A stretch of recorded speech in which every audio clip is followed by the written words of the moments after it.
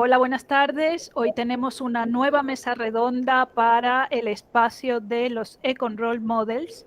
Tenemos aquí a dos ex compañeros míos de la carrera de economía en la Universidad de Carabobo. Son dos economistas que se dedican al sector privado. Ambos trabajan en Ford. Trabajaron en su momento en Ford Venezuela y luego tuvieron que salir a trabajar en el extranjero. Carlos Pérez Cocé está en Ford Canadá y Nasteuska Carraidi está en Ford México. Ambos nos van a contar sus experiencias, tanto vitales como laborales, y nos van a poner un poco en ese contexto de lo que es un economista en el sector privado. ¿De acuerdo? Pues empezamos por Nas. Nas, cuéntanos por favor un poco primero tu decisión, tu vocación de economista, cómo decidiste estudiar economía, cómo decidiste dedicarte a esto y luego cómo decidiste dedicarte al sector privado y por qué Ford. Buenos días o buenas tardes, no sé. Bueno, gracias Virginia. En primer lugar, bueno, yo decidí estudiar economía, me llamó mucho la atención. Cuando uno empieza o va a estudiar la universidad, normalmente en nuestra época no había alguien que te guiara mucho lo que era la vocación, esa es la realidad. Y pues empecé a investigar yo por mi cuenta, ¿no? En mi casa no había nadie que había estudiado algo así, sino en medicina o derecho. Entonces yo empecé a investigar y me llamó mucho la atención esto del el manejo de los recursos de una manera eficiente. Es la toma de decisiones que la tenemos diaria en todo lo que hacemos, en todo, aunque no lo creemos o no lo entendemos hasta que lo estudiamos, ¿no? Es la realidad, pero toda decisión que tomamos es costo-beneficio, coste-beneficio, de una decisión versus otra y qué sacrificios dejamos o tenemos que tomar en una, o dejar de un lado en una para tomar otra, y eso de manejo de los recursos escasos para llegar a un objetivo final me llamó mucho la atención, me gustó mucho como que el concepto, ¿no? Entonces de ahí partió la interés de estudiar economía. Ya cuando empecé la carrera, pues aún más, ¿no? ¿Por qué? ¿Qué me preguntaste? ¿Por qué Ford? ¿Pero por qué qué? ¿No? ¿Por qué el sector privado? Sí, ¿cómo decidiste dedicarte al sector privado y por qué Ford? Bueno, el sector privado, desde que yo estudié la carrera me gustó mucho microeconomía, en realidad de todas las materias y de todo el campo me gustó siempre mucho micro en lugar de macro, más, como siempre. Entonces micro para mí pues es enfocarlo más al sector productivo, al sector interno de una empresa, y por ahí siempre me fui, ¿no? Después que estudié la maestría aún más porque pues estaba muy enfocada en administración de empresa, y yo tenía la base de economía, administración de empresa, y ahí pues aprendes de todo un poco, hasta desde la parte productiva, ¿no? Entonces ahí llegué todavía con más interés de que fuese en la empresa privada, y fue mi interés. Yo empecé a hacer entrevistas y meter currículum en empresas, no en la universidad y no en el sector público, ¿no? Y bueno, por ahí surgió la oportunidad en Ford Venezuela, y pues ahí empecé, ¿no? Empecé en Ford Venezuela, estuve 5 años y después tuve que venir a México y pues empecé en Ford México, ¿no? Entonces siempre ha sido en el sector financiero o en el área financiera de Ford, Qué prácticamente bien, toda mi carrera. qué bien. Carlos, ¿y tú? ¿Decidiste estudiar economía por alguna cosa en particular o fue por casualidad? Bueno, de verdad que gracias por la invitación, Virginia. De verdad que encantado de compartir esta experiencia contigo y bueno, y con Nasteuska. De verdad que es un placer verla después de tanto tiempo.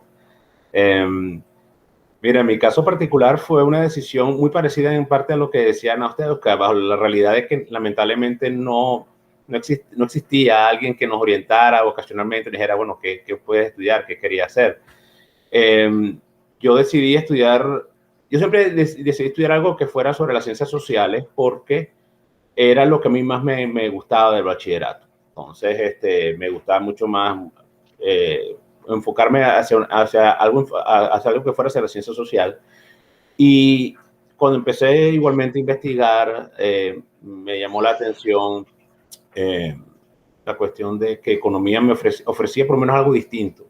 Me llamaba la atención el hecho de que no era una carrera que se enfocaba más hacia lo que es análisis de muchas situaciones, un análisis multidimensional de una gran cantidad de situaciones, de situaciones que te llevan a lo que es la maximización de recursos. Entonces decía, bueno, pero esto es algo distinto. O sea, cuando tú veías contabilidad de administración, tú veías que eran cosas muy, muy similares. Y aparte de eso, yo decía, bueno, pero yo quiero estudiar algo también que, como un reto personal, me pareció que era distinto a lo que era administración y contaduría. O sea, yo al final tenía las tres opciones y decía, bueno, ¿y cuál de estas? Me pareció economía algo distinto, me pareció algo que era, dije, no, esto yo creo que es para mí, porque, no sé, yo creo que cuestiones de, vamos a hacerlas como el salmón, vamos a nadar contra la corriente. Tú sabes que el mercado laboral venezolano, pues la gente, bueno, tú sabes, la administración, contaduría, porque tú sabes, te metes más rápido en una empresa, o sea, es ese paradigma que siempre te enseñan a uno de muchachito cuando estás en bachillerato, en la universidad, y los padres. Pero entonces yo siempre, en ese aspecto, yo era un poco medio rebelde y dije, no, yo voy a estudiar economía, porque esto es distinto. O sea, esto me parece distinto, esto me parece más y bueno, dije, y lo tomé como un reto. O sea, yo no sabía honestamente qué esperar. Después de todo lo que pasé, bueno, no me arrepiento en lo absoluto, pero fue una cuestión muy de curiosidad, es algo que fue un reto para mí mismo y que por supuesto terminé muy, muy enamorado de la carrera. De verdad, yo terminé feliz de lograr eso. Creo que para mí fue una época en personal, para mí, maravillosa desde todo punto de vista. Genial. Luego hablaremos un poquito de eso. Y Carlos, ¿por qué el sector privado? Un economista, como tú bien dices, tiene esa posibilidad, tiene un espectro más amplio, ¿no? que la persona que estudia administración de empresas o finanzas y contabilidad, que quizás son carreras que están mucho más enfocadas a lo que es la empresa, ¿no? Y sin embargo, la economía es bastante más amplio, porque lo mismo para el sector privado, para el sector público, la investigación y la docencia, ¿no? Entonces, sí. ¿Por qué dentro de todo ese amplio espectro decidiste el sector privado? Bueno, decidí el sector privado porque acuérdate que nosotros, donde estudiamos, y la ciudad que era Valencia en aquel momento, era una ciudad con un alto nivel de industria. Siempre la conocía como una ciudad industrial y casi todas las principales industrias manufactureras del país tenían sus plantas en Valencia. Entonces era la opción natural quizás y un poco más lógica de enfocarme hacia allá. Porque a mí me llamaba, dentro de todo lo que estudié dentro de economía, que fueron muchas cosas fascinantes, la parte de, obviamente, lo que era las finanzas, me llamó siempre poderosamente la atención, porque era algo que, digamos, me iba a permitir entrar más rápidamente al mercado laboral. Y fue una opción total, una decisión totalmente, como decimos los economistas, buscadora de renta. Así es. Sí, una decisión claro. buscadora de renta. Fuimos homos económicos en esa decisión. Exactamente. Fue por eso que me llevó, porque bueno, era Valencia, era la ciudad con mayor número de industria, era el sector de la microeconomía, lo mismo que yo creo que impulsó a NASTE. O sea, donde nosotros vivíamos era el verdadero campo laboral. Porque yo veía que había una opción en la docencia en Valencia, pero yo me daba cuenta que el verdadero grueso de la investigación, o por lo menos quienes ganaban más exposición, eran los economistas en Caracas, que se enfocaban más hacia un área más macro, sí. Se enfocaba más hacia un área más quizás de modelística, de econometría, pero que era interesante también, pero que para mí por cuestiones de traslado no me iba a salir, no me permitía. Entonces fue por eso que yo decidí irme por el sector privado, enfocarme en la micro, y por eso fue que al final decidí incorporarme al sector privado. Sí. Perfecto, gracias Carlos.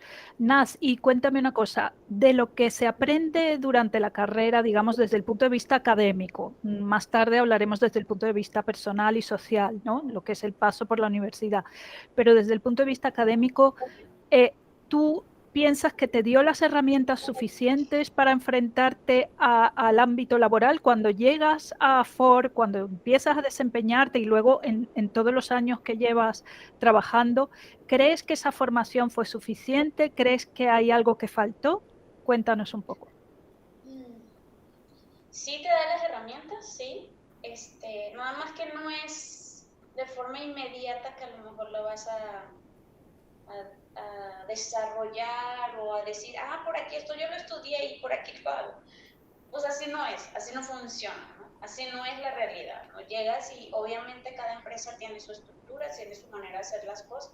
El objetivo final seguro es el mismo, pero tienes que aprender más bien cómo lo hace la organización, ¿no? A lo mejor hay cosas técnicas muy básicas, ¿no? Sobre todo en contabilidad, creo que hay pues, muchas cosas que son iguales, ¿no? El estado de resultados, el balance general, cómo lo estructuras y cómo hacer cosas contables, eso no falla y digamos en general, aunque haya ciertas leyes, ¿no? Por país, pero ahí sí dices, eso yo lo estudié y eso yo lo sé, ¿no?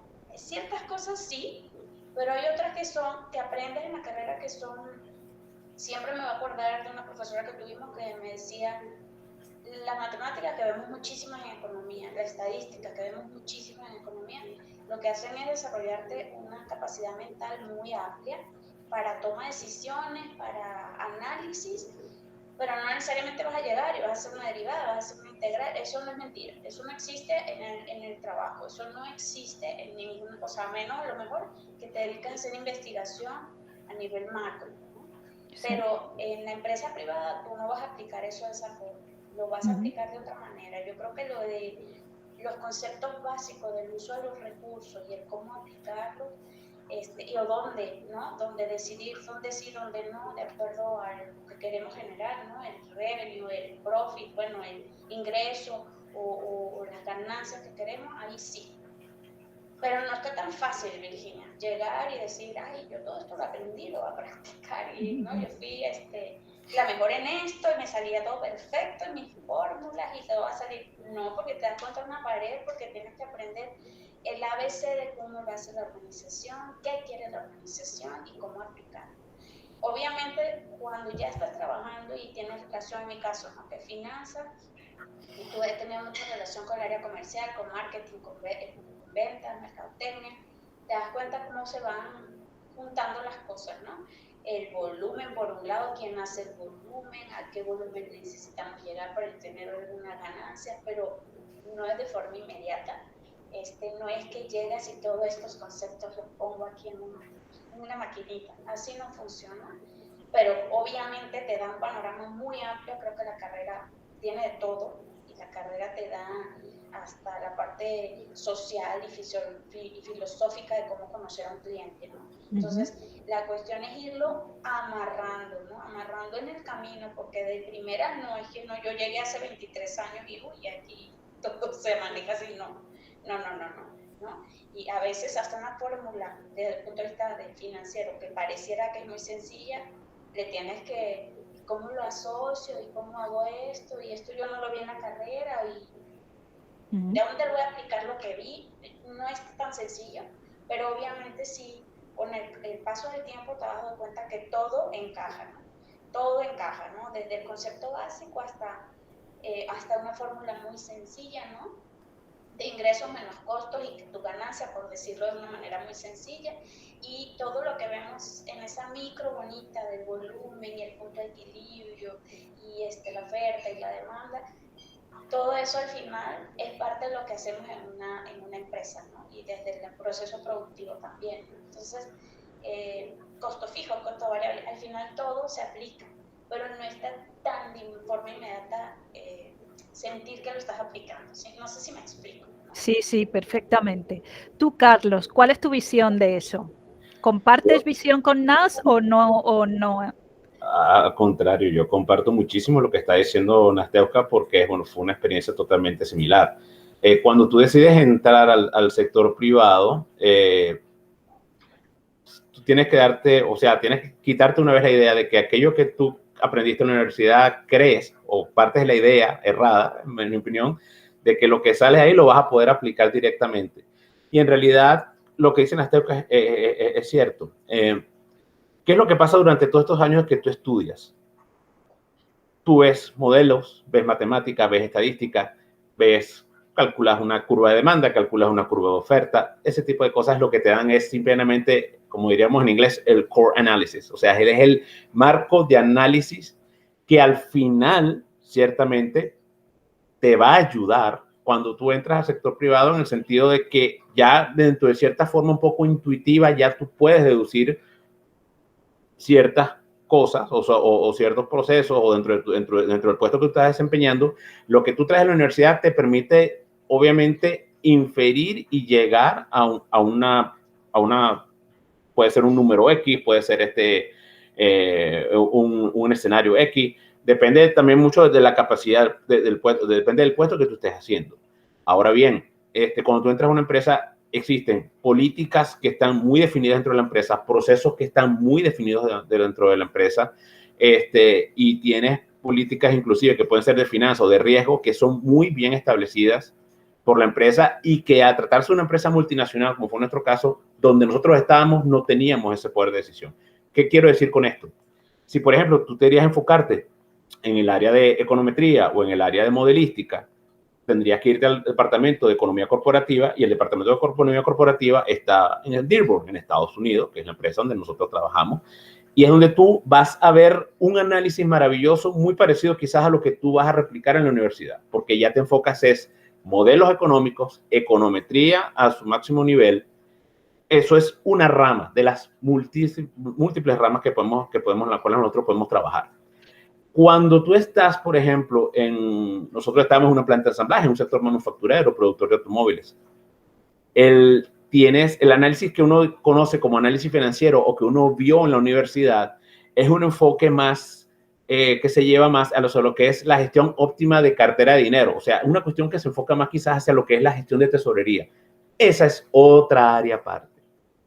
Y que inclusive, dependiendo del marco regulatorio o dependiendo digamos así, del marco regulatorio del país donde tú estés, podrás llevar una gestión quizás más o menos compleja. Pero eso, como te digo, es a nivel de tesorería y eso es otra parte. Y hay una tercera parte que es la parte de análisis de costo y análisis de costo-beneficio. Ciertamente, el enfoque y el análisis que te da la carrera, y eso es lo que creo que el estudiante tiene que entender, no es que tú vas a llegar a calcular una curva de demanda, no es que tú vas a calcular una curva de oferta, no es que tú vas a hacer la primera, la segunda, tercera derivada, no es que tú vas a agarrar y vas a hacer una curva de indiferencia con la restricción presupuestaria y aquí vas a ver cómo no. Pero esa intuición, al final, el objetivo en análisis te lleva a que cuando tú estás trabajando en el puesto y estás formulando, por ejemplo, escenarios, porque nuestro departamento de análisis financiero trabaja mucho sobre escenarios, y te voy a dar un ejemplo: presupuestos, forecast, business plan, planes de negocio, la parte de los supuestos, cómo tú llegas a ese número, ahí sí tienes el core economic que te da el core análisis que te da la economía. No es que tú vas a hacer un número, no es que tú vas a hacer una curva de demanda, pero tú sabes que cuando tú arrojas un número, tú sabes si ese número tiene sentido o no tiene sentido. Y eso te lo da, es lo que tú aprendes en la universidad. Es justamente ese punto, ¿ok? Eso es lo que creo que tiene que entender muy bien el estudiante que se inicia en esta carrera, y creo que es un deber del profesor explicar un poco también el por qué se hace de esta manera y sobre todo entender que, por ejemplo, la economía y la contabilidad, sobre todo en nuestra área, que nos enfocamos mucho en la parte de análisis financiero, la economía y la contabilidad van de la mano. Si tú no tienes una buena formación contable, al principio puede ser un poco traumática la entrada. Y eso es, yo creo que por lo menos un economista que se vaya a enfocar al sector privado, creo, para mi punto fundamental, es esencial y es importantísimo que tenga una muy buena base contable, que vea la contabilidad como una aliada, no como rival, no como algo que bueno, ¿por qué voy a hacer trabajo contable? Como te digo, las grandes políticas, y sobre todo en las empresas grandes, las políticas no las fijas tú, ni la va a fijar ni siquiera el presidente de una planta ensambladora.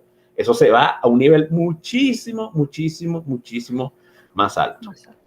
Entonces, si yo pudiera darle un consejo a un estudiante que llega ahorita y se quiere dedicar al sector privado, perfecto, estudia economía, porque la amplitud de análisis que tú tienes te va a ser de muchísima utilidad, pero como dicen las teucas, es una cuestión que se va encajando todo, pero poco a poco. pero tienes que también complementarla con herramientas que te permitan inmediatamente meterte de lleno en el mercado y ser competitivo en el mercado, porque la realidad es que cuando tú vas al mercado laboral, tú compites con administradores, compites con contadores, y ellos tienen una formación totalmente distinta porque está enfocada a eso. Entonces, la contabilidad para mí es una aliada importante, es muy, muy importante que un economista que se vaya a esto privado y que va a trabajar en esa parte de análisis financiero específico, lo que es el costo, tenga que tener, es importantísimo. Es muy, muy importante. Fíjate, Obviamente, Carlos, sí, perdona que te interrumpa, pero es que justamente hice una entrevista hace poco a 6 chicos y chicas recién graduados de economía y justamente me decían todos que echaban de menos que en la carrera hubiera más contabilidad y más finanzas, justamente, fíjate Sí. que va la cosa por ahí, ¿no? No, ellos mismos ya saben que en el mercado laboral esas son herramientas que necesitan y que de alguna manera en la carrera de economía damos mucho más peso a la parte de investigación, ¿no? Se da mucho más peso claro, a darnos herramientas para la investigación. El propio Robert Frank en su libro El economista naturalista dice que los grados de economía muchas veces están muy enfocados a ese 2% o a ese 5% de personas que van a estudiar un doctorado de economía, pero es que el resto se va a dedicar a la práctica profesional, bien sea en el sector público o en el privado. Y no se les está dando a lo mejor todo lo que necesitan de herramientas para el mercado laboral, ¿no? Es verdad. Y yo quiero reforzar un poco eso porque, ¿qué es lo que ocurre? Cuando tú vas al sector privado es muchos, pues, tienes puestos, pero tienes mucha gente, un sector más atomizado. Pero cuando tú te refieres, por ejemplo, a eso que te enseñan en la universidad, tú estás trabajando un mercado muy específico en donde los puestos son muy escasos. Es al revés, no hay esa diversidad de puestos, sino que son puestos muy puntuales y que están a otro nivel, entiéndase, como tú dices tú, el doctorado. Pero, por ejemplo, si tú vas a trabajar en la parte de modelística y econometría y vas a trabajar en la parte de economía corporativa, que es digamos, la verdadera, el core, esos son puestos muy, muy, muy escasos, pero muy escasos, y no es fácil llegar ahí. Primero porque, por ejemplo, como yo te decía, cuando nosotros, ¿dónde se hacía economía? En realidad, o sea, cuando me refiero a donde se hacía economía es donde tú veías o a quienes tú veías que ganaban más exposición en la cuestión de análisis económico, era en Caracas, porque Caracas era el centro de la investigación y el centro de lo que es el desarrollo de lo que es política económica. Entonces, en Valencia yo sabía que no podía hacer eso. Sí. Y obviamente todo aquel economista, por lo menos en nuestro país, que quería enfocarse a eso, tenía que irse obligatoriamente a Caracas. Claro. Eso es así. Eso es así. Entonces, hay muchos sectores donde tú puedes entrar. Hay una amplitud de sectores donde un economista puede trabajar perfectamente, pero tiene que entender, y es verdad, hay una necesidad de que las universidades hoy en día complementen un poco con ciertas herramientas que de verdad ayudan muchísimo a la inserción. Porque tú en realidad vas en desventaja aunque tú no lo creas. Sí, cuando tú vas al sector privado a trabajar en análisis financiero, como lo que hace en Asteuca o como lo que hago yo, tú te das cuenta el primer día que tú dices, ok, aquí tenemos un problema. Sí. Aquí tenemos un problema.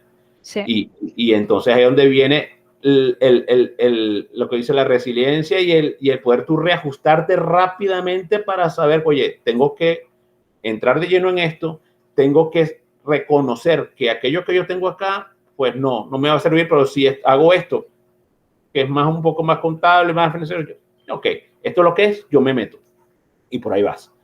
Pero la contabilidad y la economía no son rivales. La contabilidad y la economía no es una cosa más que la otra. La contabilidad y la economía se necesitan una a la otra. Y como te digo, ojalá, lo vuelvo a repetir, aquel economista o aquel estudiante que desee de verdad meterse en el sector privado, yo le recomiendo, si la universidad no le da la posibilidad de reforzar su conocimiento contable, pues haga un curso paralelo, investigue por su cuenta, porque eso en realidad hace muchísima diferencia. Y aparte de eso, y disculpa también que si me estoy entendiendo mucho en esto, Virginia, el uso de recursos informáticos también es muy importante. Sí, ¿por qué? Fundamental. Sí, el recurso informático es importante y hay uno fundamental y básico, que es el Excel. Hoy Sí, en sí, día, parece mentira, es verdad. usted no lo crea, si usted no Sí, maneja un Excel decente, usted tiene problemas. sí, Eso también es una gran sí, realidad. sí. Y también eso también lo tienes que saber complementar y eso también lo tienes que reforzar en la universidad. Como te digo, Sí. dependiendo en realidad de, lo que, de cuál es tu enfoque. Y es difícil que tú llegues a estudiar economía y digas, esto es lo que yo quiero. Con el tiempo tú vas viendo y tú dices, bueno, ¿sabes? Tú dices, ok, este es el sector que a mí me interesa, esto es lo que más me apasiona, es hacia donde yo me quiero enfocar. Entonces tú ya tienes que saber qué tienes que hacer o qué son las herramientas que te faltan para tú luego poder llegar a eso. Se dice fácil, Exactamente. se dice muy bonito, pero hacerlo es difícil. Es complicado. Gracias, Carlos.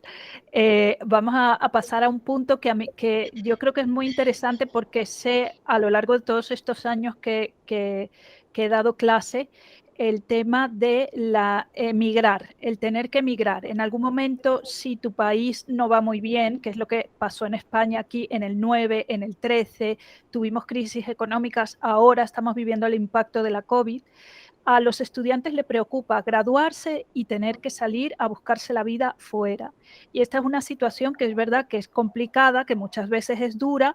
Vosotros dos, que los dos habéis tenido que salir de Venezuela y habéis tenido la gran fortuna de seguir trabajando en la misma empresa, que no todo el mundo tiene esa fortuna. Pero la decisión de salir, el hecho de salir fuera, eso es simplemente desde el punto de vista un poco ya más personal. ¿Cómo lo afrontasteis y cómo lo lleváis? Nas. Bueno, yo creo que hay que aventarse, ¿sabes? O sea, no son decisiones sencillas porque cada situación puede ser muy diferente, ¿no? Y el cómo me haya ocurrido a mí puede ser muy diferente como fue con Carlos o cualquier otro, ¿no? Hay situaciones que todo está mandado a hacer y todo sale lindo, pero hay otras que no son así, ¿no?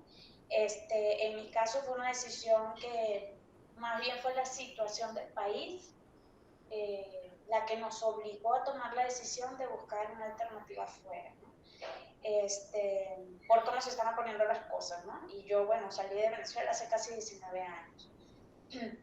Entonces, la decisión fue dura para mí en el principio, como familia fue la mejor decisión tomada, pero para mí particularmente sí fue muy difícil, ¿no? Porque pues no es que estábamos mal, o sea, simplemente la situación del país nos obligó a eso, ¿no? Entonces, empezar de cero, porque así le hablábamos nosotros, de empezar de cero, en mi caso, pues ya tenía 5 años en la empresa, nos iba bien a los dos, o sea, mi hijo se va recién, iba a cumplir 2 años, justamente eso fue una de las decisiones más importantes para salir, ¿no? Pero puede ser recién graduado, puede ser ya después, son situaciones muy diferentes, pero al final de cuentas, yo creo que hay que tomar no, yo no le voy a llamar riesgo, hay que tomar la decisión de salir de las zonas de confort. Las zonas de confort son a veces nada más la familia, ¿no? Ni siquiera porque un recién graduado a lo mejor no tiene trabajo, ¿no? Pero está en su casa y está en su conchita y se siente cómodo y se siente protegido. Entonces, al final de cuentas, a todos nos ha pasado que salimos de esa conchita y llévele, ¿no? Tenemos que darle duro. Salir de esa zona de confort es muy complicado, pero eso te da unas herramientas muy fuertes después como ser humano, porque entonces tu zona de confort lo puedes romper en cualquier momento, ¿no?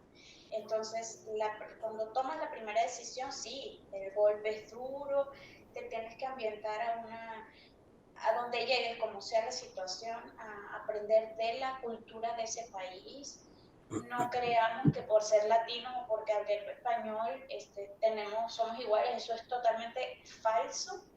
Podemos tener nada más la frontera de diferencia y somos diferentes. Culturalmente todos somos distintos, ninguno es mejor que otro, somos diferentes. Hay un ruido muy fuerte, no sé de dónde viene. Ya, déjame apagar mi micrófono a ver si... Ajá. No sé. Perdón, decía que hay que aprender de la cultura del país, ¿no? Adaptarnos nosotros a la cultura del país, no al revés, ¿no? Porque no es que el país se va a adaptar a mí, ¿no? Yo me tengo que aprender a adaptar al país, a sus costumbres, hasta el vocablo, el cómo hablar, ¿no? Tomar más su idiosincrasia que la nuestra, ¿no? No nos vamos a perder a quienes somos, pero sí tenemos que adaptarnos al país y después que logramos entrar en una organización, pues tenemos que aprender la cultura de esa organización, ¿no? No es que, ay, es que allá lo hacíamos así, es que, bueno, sí, pero no, olvídate ya, pues pasa la página y aquí lo hacemos de esta manera, porque nos Sí, enganchamos, es que allá en Venezuela lo hacemos así, sí, sí, es que cuando yo estaba en Venezuela, sí, bueno, cuando tú estabas, pero ya déjalo de un lado, eso te sirve de experiencia, pero no lo puedes traer 100% al trabajo, ni 100%, porque, bueno, a mí me pasó que más bien llegaba a ser chocante, ¿no? Cuando alguien dice aquí, ah, es que en Venezuela lo hacíamos así, porque ahora hay más gente, por ejemplo, de Venezuela, inclusive en forma, sí. llega a ser un poco chocante, ¿no? Entonces, hay que aprender también la idiosincrasia, por ejemplo, en este caso del mexicano, qué le gusta, qué no le gusta, hasta dónde llega, para tú también encajar, porque esa es la realidad, tienes que encajar como un extranjero que está buscando caminos dentro del país y dentro de una organización. Y obviamente después lo demás es tu propio camino, lo haces tú, ¿no? O sea, como dice Carlos, o sea, lo que no sé lo tengo que aprender. Si yo sé que hay alguien que es un experto, pues por ahí me le pego, ¿no? Y tengo que aprender, ser muy humilde en no llegar como, yo soy economista, ¿no? Porque el economista en Venezuela es así como Juan Camaney se dice aquí, o sea, como que yo lo sé todo, ¿no? Sí, Y yo soy el mejor y, uy, tú estudiaste economía, uy, tú eres el más inteligente del mundo, ¿no? Hay que quitarse ese sombrerito, bajarse 2 rayitas, ser humilde y va a haber gente muy experta, va a haber gente con muchísima experiencia en organizaciones cuando ya estén en una empresa. Y a esa gente hay que aprenderle, hay que ser humilde y sentarse con ellos y preguntar y aprender. Y yo soy uno más, o sea, sin título porque si esas son las herramientas que yo necesito, o en un curso, como dice Carlos, para yo sacarle el jugo a lo que yo ya traigo, ¿no? ujú, Y poder defenderme y poder ir creciendo, porque todos queremos crecer, ¿no? En aprendizaje, horizontal, vertical, como sea, cada quien tiene su objetivo, pero esa es una manera de ir entrando, ¿no? Yo en particular pienso que la humildad es siempre la mejor manera de entrar en todas partes. Eso te abre las puertas en todas partes. Yo pienso que culturalmente, claro, habrá diferencias, pero eso es básico para es que todo el mundo universal, ¿verdad? te abra Es las algo puertas universal, sí. y te abra las puertas y te diga y te enseñe y no llegues como esa prepotencia o engreído o que yo fui el mejor de mi clase, ¿no? Sí. Hubo un tiempo que decíamos aquí en la casa, te engañaron, ¿no? Te engañaron en la universidad, te engañaron en la maestría. Digo, y sí, Sí, porque me la estoy viendo negra, ¿no? Mientras voy sí, aprendiendo, ¿no?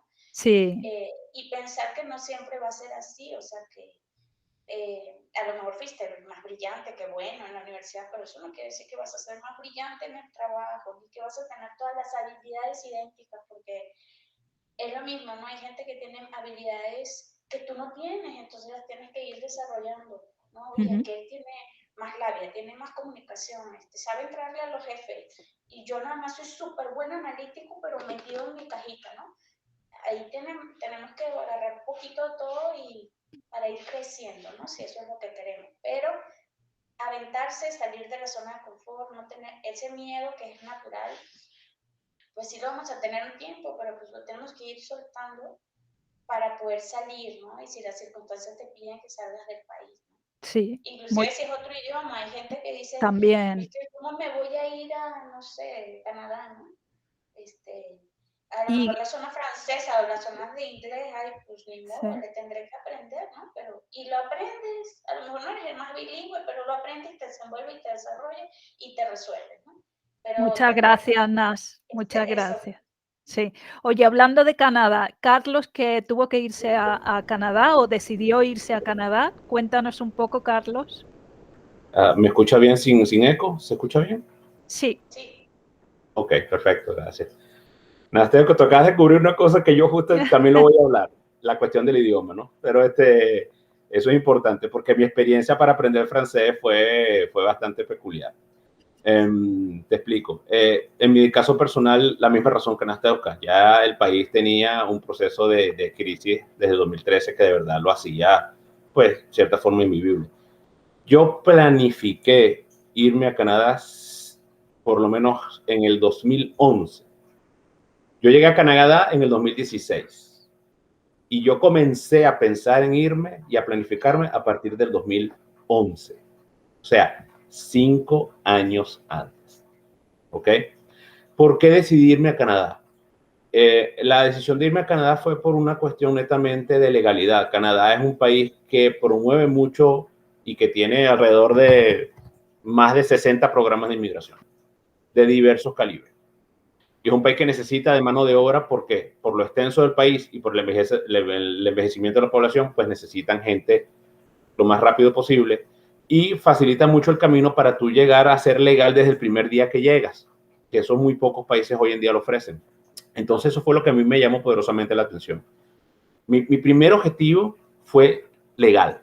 O sea, yo no, a pesar de que en Venezuela la cosa estaba muy difícil, yo bajo ningún concepto yo concebí estar ilegal en ningún otro sitio. Eso quiere decir que en el peor caso escenario, si tenía que quedarme en Venezuela, pues me quedaba en Venezuela. Pero bajo ningún concepto yo estar ilegal o estar en estatus ahí indefinido en un país X no era parte de mi plan. De tu plan. Que había un camino. Sabía que ellos ofrecen un camino, pero necesitas preparación. Yo empecé a prepararme 5 años antes. Entonces, en mi caso particular, no fue que yo escogí el lado francófono para irme, fue que lo escogí porque era el lado más fácil de tú acceder. Y eso significó en algún momento prepararme a hacer cursos intensivos de francés en Venezuela de lunes a viernes, 2 horas y media y hasta 3 horas intensivos de francés. Porque cuando yo fui seleccionado, yo tuve que ir a Colombia a hacerme una entrevista con un funcionario del Ministerio de Inmigración de Quebec, que en aquel momento fue, y era una entrevista totalmente en francés. Por supuesto, yo me fui, yo llegué en 2016 a Montreal, pero aquí es donde viene la verdadera parte buena. Tú te planificas en lo que es un plan de vida que en realidad tú ya tienes más o menos programado porque tú investigas, tú sabes a qué ciudad vas, sabes, te empiezas a averiguar muchas cosas.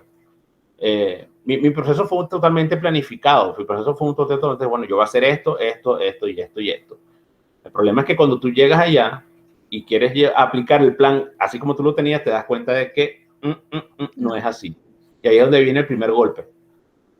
¿Por qué? Porque si bien es cierto, hay un país que quiere y que te busca y que valora, en teoría, tu conocimiento y tu experiencia adquiridos afuera para tú venir a trabajar, el mercado laboral te dice otra cosa totalmente distinta. Y hay un gap muy fuerte entre lo que el gobierno asume que tú sabes, que sí lo sabes porque lo demuestras, pero cuando tú vas a buscar trabajo es otra cosa.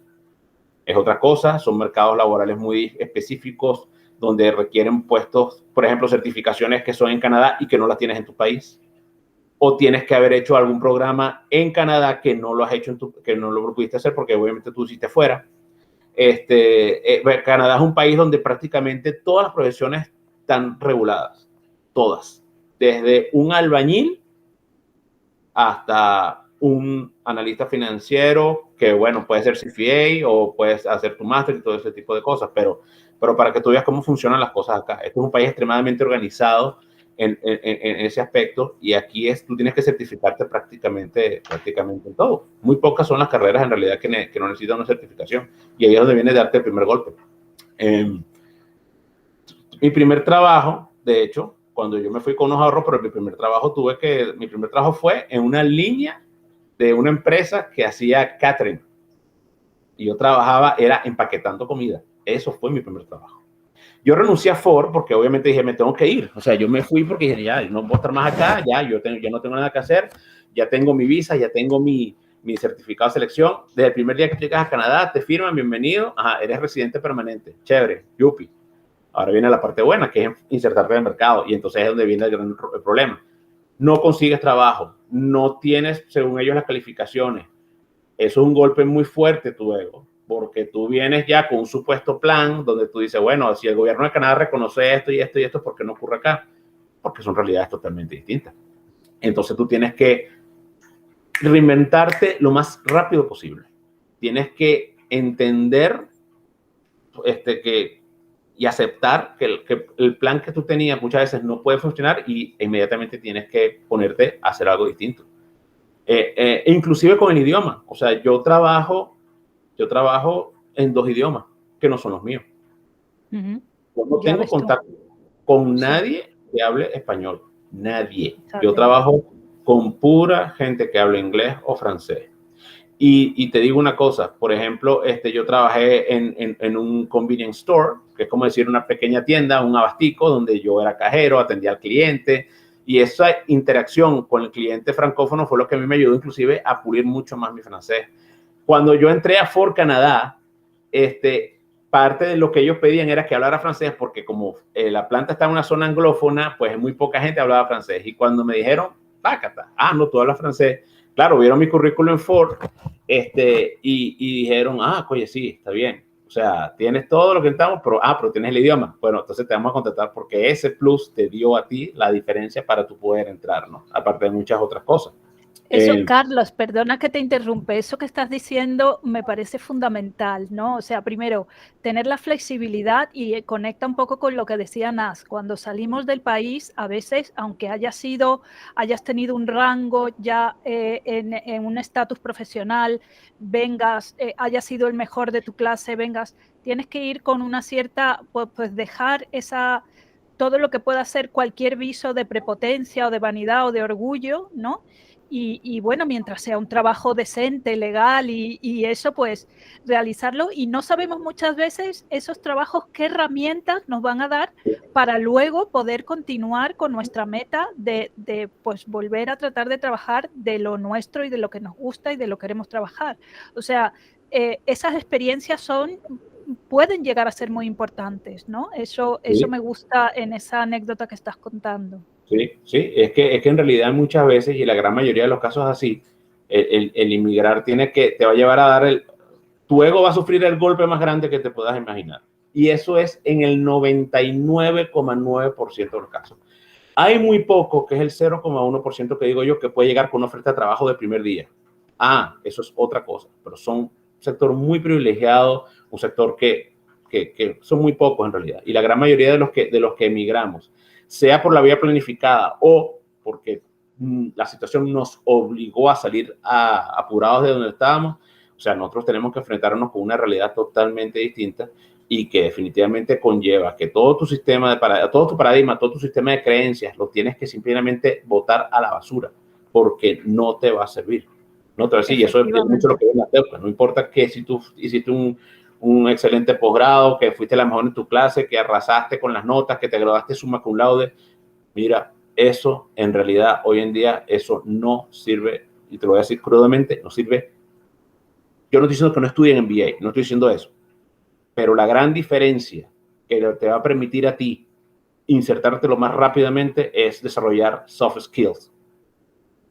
Esa es la verdadera gran diferencia. Resiliencia, adaptación, aceptación, cómo yo me meto aquí, qué necesito mejorar, qué tengo que hacer, porque esa es la verdadera realidad. Sí, capacidad de aprendizaje, flexibilidad. Capacidad de aprendizaje y flexibilidad. Exactamente. Yo te voy a dar un ejemplo, Virginia, y disculpa que entiendo, pero es un tema tan interesante que de verdad, mira, yo podría dedicar, bueno, toda la tarde. Aquí podíamos estar hablando mucho rato. Sí. Pero yo te voy a dar un ejemplo, y por ejemplo, en el caso de la provincia de Quebec, que es un mercado muy específico, es el sector francófono. Casi todo el que llega con una profesión que pero prácticamente, y te lo voy a decir, el 100% de la mano de obra o de venezolanos que llegan a Quebec son venezolanos con títulos profesionales, calificados en universidades autónomas. Y lo primero que seguramente vas a tener que hacer es que vas a tener que volver a estudiar por menos unos 2 años otra vez. Fíjate, porque esa atestación o ese certificado que te lo emite una universidad en Quebec es la única cosa que a lo mejor te va a permitir a ti luego entrar en el mercado laboral.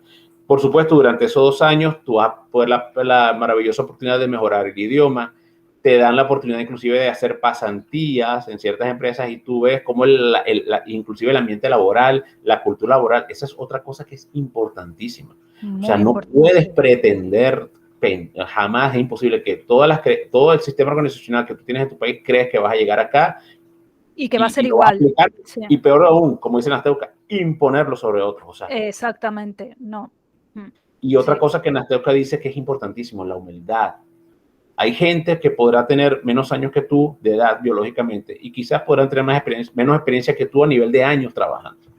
Pero ellos sí saben cómo se maneja el mercado ahí, saben cómo es el cliente, saben cómo interactuar. Y ahí es donde tú tienes que tener un gran ejercicio de humildad y cuando tú no entiendes algo, a ese muchacho o a esa muchacha que es menor que tú, decirle, mira, ¿qué puedo hacer acá? ¿Qué necesito hacer aquí? ¿Tú me puedes ayudar?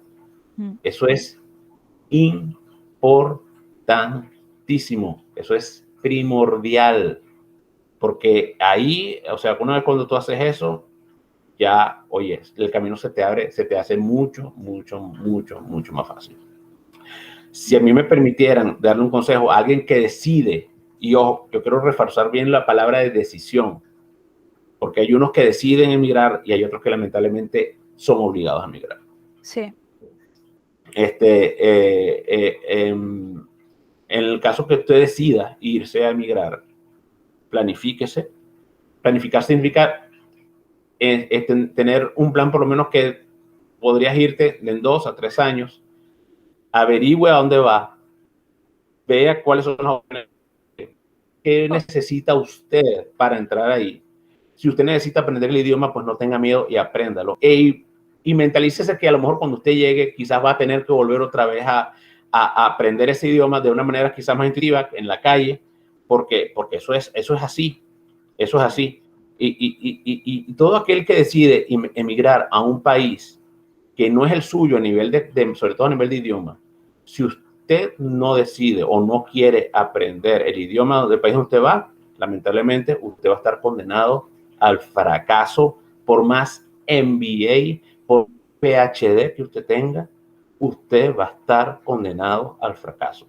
Aprender idioma es fundamental para integrarse a la cultura del país donde usted va.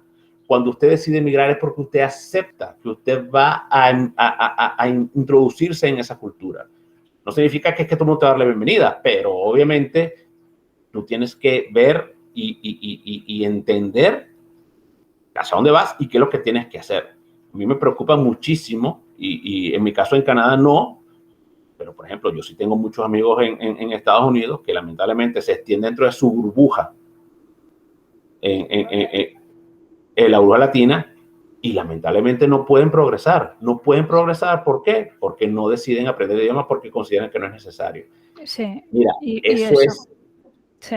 Yo sé que, por ejemplo, en España muchos estudiantes se fueron a Alemania cuando la crisis inmobiliaria del 2009, ese tipo de cosas. Sí. O sea, por el amor de Dios, si usted no está dispuesto a aprender alemán, mi consejo es que no se vaya para Alemania. Claro, quédese tranquilo. Exactamente. Y si de verdad, y yo creo que lo más importante, Virginia, es si usted no está seguro de emigrar, mi consejo, no emigre.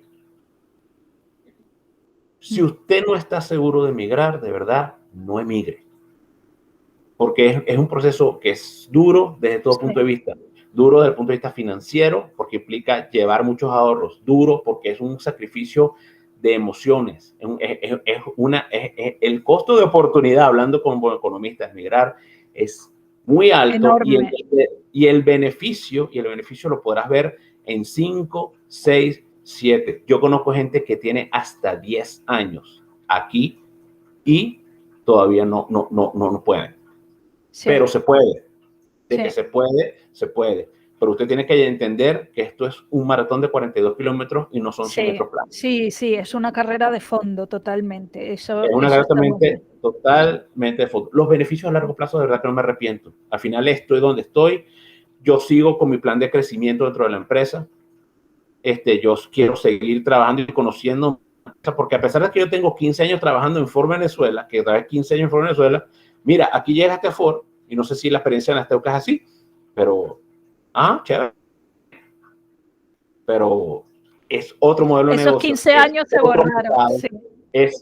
Es totalmente, o sea, y aunque tú no lo creas, por más que trabajes en una misma organización, que puedes tener ciertos procedimientos y ciertos procesos que son estándares, pues resulta que estás con otro modelo de negocio que tú no conoces. Y tienes que prácticamente, que tú no lo creas, comenzar de cero otra vez. Y tienes que empezar quizás hasta en un puesto de menor importancia que el que tú tenías en tu empresa, pero por lo menos ya entraste. Eso es lo que al final es lo que todo el mundo quería. Sí, y eso al final fue sí, lo que sí, yo le sí. decía a ellos. Cuando yo me entrevistaron en el foro, me dijeron, oye, pero que tú tienes tremendo currículum, ¿no? Y me dicen, oye, pero ¿tú estás seguro? Yo sí, yo estoy seguro. Yo entiendo que esto es algo, un proceso nuevo. Yo estoy en un país nuevo. Yo lo que quiero que ustedes me den chance de aprender. Así mismo se lo dije. Yo quiero aprender. Eso fue la clave que yo le dije a ellos. No es que yo diga, no, yo quiero porque es que yo sé lo que traigo de acá y lo puedo aplicar aquí. No, yo quiero aprender. Esto es lo que yo he hecho toda mi vida. Es que eso es Aparte de clave. eso.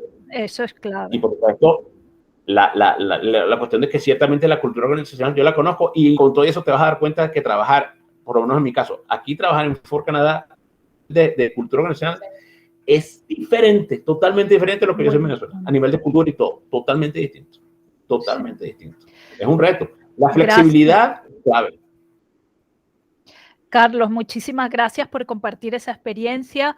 Ya para finalizar, me gustaría, empezando por Nas, ¿qué consejos le daríais? Estos vídeos principalmente lo van a ver estudiantes que están de economía que están empezando la carrera. Lo vamos a poner también en las redes, lo va a ver más gente, pero sobre todo el consejo que yo quiero que deis es a gente que está empezando la carrera de economía. ¿Qué consejo le daríais? Nas. Bueno, yo hay un consejo que le doy a todo el mundo ahora, después de muchos años. Primero, que sean siempre ellos, ¿no? No podemos dejar de ser nosotros ni mimetizarnos por donde estemos. Sí nos tenemos que adaptar, como bien dice Carlos y lo hemos mencionado. Adaptarnos es básico, salir de las zonas de confort, pero sin dejar de ser tú mismo, ¿no? O sea, no podemos estar haciendo diferencias de dónde estoy, solamente hacer diferencias de nuestros roles, eso sí. Pero ser uno, ser muy humilde, y hablo en general, yo sé que son para los que están empezando la carrera, pero hablo en general porque eso les va a ayudar en el futuro. Ser muy de, ahora se usa mucho esto del autoaprendizaje, ¿no? En mi época no era así, yo necesitaba siempre tener un instructor de algo, siempre un experto. Ahora hay tantísimas herramientas, yo lo veo conmigo, o sea, ya son autodidactas y como bien decía Carlos, si yo no sé algo, yo tengo que buscar la manera de aprenderlo y si siento que me falta o ya les estamos diciendo que lo van a necesitar, pues enfocarse allí, si no se los da la carrera como tal, hacer algo en paralelo, ¿no? De ir aprendiendo y enfocarse muy bien en lo que quieren, ¿no? O sea, yo creo que estar, a medida que vayan pasando la carrera, definir hacia dónde van, porque el tener un plan, como bien dice Carlos, ya sea para emigrar, un plan de estudio, un plan de trabajo, siempre te va a dar un mejor resultado que si es hacia los inesperados, ¿no? Y prepararse siempre en un segundo idioma, ¿no? Yo trabajo ya desde hace mucho tiempo en Ford y siempre tenemos que tener el inglés como base para todo el inglés. Sí, pero aún así es muy importante que desde el inicio la gente ya se vaya preparando con inglés por lo menos básico, ¿no? Y si tu idea es a futuro en otro país, como bien dice Carlos, prepararse en otro idioma, ¿no? El que les vaya a corresponder, por lo menos. Perfecto. Muchas gracias, Nas. Carlos, ¿tú? ¿Algún consejo en particular a los jóvenes que empiezan la carrera este año? Bueno, yo creo que el primer consejo que les podría dar es que no se cierren a recibir el conocimiento porque es una carrera de verdad que es muy hermosa y es muy amplia. Entonces, creo que lo importante es estar preparados a que por lo menos reciban eso, reciban que es algo totalmente nuevo, una fuente de conocimiento que de verdad creo que al final les marca una diferencia. ¿En qué sentido? No sé cómo explicarlo muy bien, pero tienes que llegar básicamente con ganas de verdad de aprender. Tienes que disfrutar el momento. Yo creo que es una experiencia, wow, ¿cómo te puedo decir? Es una experiencia que es muy nueva, es una experiencia que es nueva y creo que no puedes tener miedo a simplemente a no abrirte adquisición del conocimiento como tal. O sea, la economía tiene tantas dimensiones y tiene tantas cosas que es difícil decirte por dónde puedes tú comenzar, ¿no? Pero hay una cosa que si permitiera dar un consejo, y esto es una cuestión básicamente a nivel de requisitos, por lo menos para el futuro, el idioma es fundamental. Aprendan un idioma porque eso es importantísimo y como dicen las teucas, el inglés mínimo. O sea, tienen de verdad que aprender un idioma porque en este mundo donde cada día estamos más interconectados, donde los flujos migratorios se hacen cada vez más constantes y los costos de emigrar quizás a nivel de transacciones pues no son tan fuertes como antes, usted tiene que por lo menos tener un idioma en común que le permita comunicarse con otros. Si usted no maneja el idioma, usted va a tener problemas, pero graves en el futuro. Así es. Yo creo que le podría dar un consejo a los estudiantes también es que si usted recibe la y no entiende o que no comprende o que cuestiona, pues cuestione, pregunte, no tenga miedo a preguntar, no tenga miedo a cuestionar lo que su profesor le dice, no tenga miedo a expresar lo que siente, porque esa es la verdadera forma como evoluciona todo el conocimiento a nivel general en cualquier carrera. Claro que sí. Y eso es lo más hermoso que tiene la materia, la carrera de la ciencia economía. Al principio, cuando están comenzando, quizás, obviamente, claro, tú estás recibiendo, pero en la medida que tú avanzas en la carrera, cuando tú consideras que hay algo que no cuadra, pues estás en todo el derecho de decirlo y expresarlo y discutirlo con tu profesor. Y creo que el profesor tiene también la obligación de llevar a eso, a que el estudiante siempre cuestione. Que el estudiante diga, oye, profesor, lo que la profesora Virginia me dice, ya va. O sea, es llevarlos a inducirlos a que investiguen, a que vean. Sí. Porque inclusive dentro de tu mercado laboral, y es lo que han reflejado, lo que ha reforzado hasta lo que yo he dicho, o sea, tú estás obligado igualito a investigar, estás obligado a cuestionar, estás obligado a hacerte muchísimas preguntas, porque cuando sales es una cuestión de supervivencia donde te tienes que meterte rápido. Entonces, al estudiante yo le digo, no se queden con lo que ven nada más. Cuestionen al profesor, y cuando me refiero a cuestionarlo, no es descalificarlo, pero simplemente es lleven al profesor a que discuta, lleven al profesor a que argumente, lleven al profesor a debatir. Eso es importantísimo. La carrera se presta muchísimo a eso, eso es lo maravilloso de la economía, porque ahí tocas temas filosóficos, temas epistemológicos, tocas temas muy sociales. Entonces, eso de verdad es importantísimo. Y hay una cosa que yo creo que quizás es importante más para el estudiante, creo que para el profesor. O sea, creo que el profesor tiene que enseñarle al estudiante por qué se hace economía de esta forma. Y porque yo me he dado cuenta, y es lo que ocurre muchas veces cuando tú estás estudiando, que es que, pero ¿qué es esto? Curva de demanda, esta curva y esta derivada, y esta cantidad de integrales, ¿y para qué? ¿Y esto para qué sirve exactamente? Es importantísimo que el profesor le diga por qué se hace economía de esa manera. Claro, ahí ya estamos entrando en un terreno epistemológico y filosófico más fuerte, pero que es necesario discutir. Y eso se tiene que discutir, en mi opinión, desde el primer semestre. Si yo fuera honestamente profesor o si yo fuera un rector de una escuela de economía, lo primero curso que yo daría sería bases filosóficas y epistemológicas de la economía. Porque es importantísimo que el estudiante entienda por qué se hace economía, por qué economía es así. Y no es contabilidad ni es administración. O sea, eso es importantísimo porque le va a permitir al alumno saber, esto es lo que quiero o esto no es lo que yo quiero. Y ya una vez te arreglas muchísimos problemas en el futuro, sobre todo a nivel del alumno, ¿no? Yo creo que sí, y yo creo de verdad, honestamente, que así como el alumno no tiene que conformarse con lo que le enseñan, yo creo que el primer deber del profesor, sobre todo a nivel de iniciación para un estudiante, es hacerle entender por qué se hace economía de esta manera. Eso para mí es fundamental. Eso te aclara el panorama al estudiante muchísimo. Buen punto, Carlos. Eso era lo que hacía Gustavo Guevara con nosotros, ¿os acordáis? Sí, claro que sí. Pues nada, muchísimas gracias, Carlos Nas, por esta entrevista, por compartir las experiencias, por los consejos. Yo creo que los estudiantes lo van a valorar muchísimo y también no solo los estudiantes, quien escuche lo que acabáis de decir me parece súper útil y vamos, muy valioso, muy valioso. Os agradezco de verdad que habéis estado hoy, además domingo, que hemos grabado en antelación, porque las obligaciones laborales de todos no nos permitían ninguna, y esto es la vocación del economista, que es una vocación que va más allá de cualquier ámbito laboral, está en nuestro ADN, creo yo, y bueno, os agradezco de verdad el haber participado y haber compartido todo esto con nosotros. Así que Gracias a ti, Virginia. Claro. hasta la próxima No, de verdad, mesa de más. encantadísimo. Adiós. Claro. Adiós. Chao, chao. Gracias.